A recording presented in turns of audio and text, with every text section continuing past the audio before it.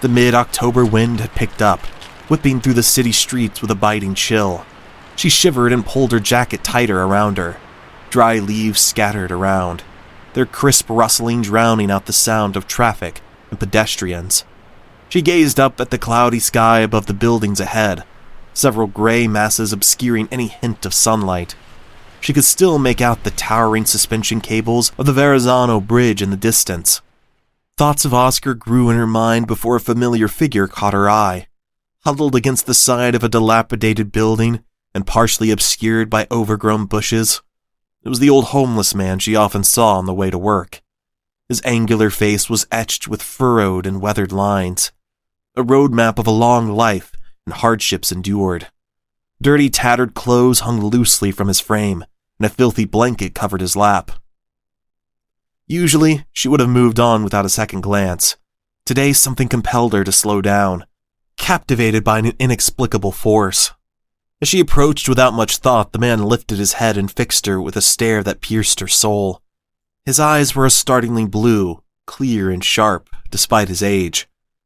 "Spare some change, miss?"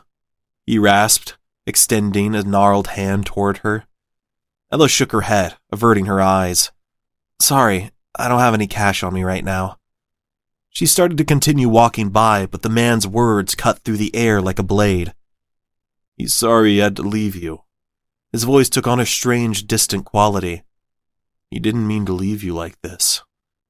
Ella's heart stuttered in her chest, and a cold sweat broke out on her skin. She whirled around to face the man, her eyes wild. "What did you say?" The man tilted his head, a sad smile tugging at the edges of his cracked lips. "He's sorry he had to leave you."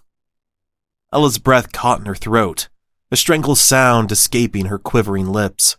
She stared at the man, mind unsteady with disbelief and desperation. "Who, my brother?" she managed to choke out, clenching her fist at her sides. The man only shrugged and looked off into the distance. Ella's heart raced as she thought of her father, who had passed away 10 years ago. In the wake of that loss, she remembered encounters with another homeless man who would greet her warmly, remarking on how she was growing into a fine young woman, always bringing her a sense of comfort. It felt as if her father was communicating through him.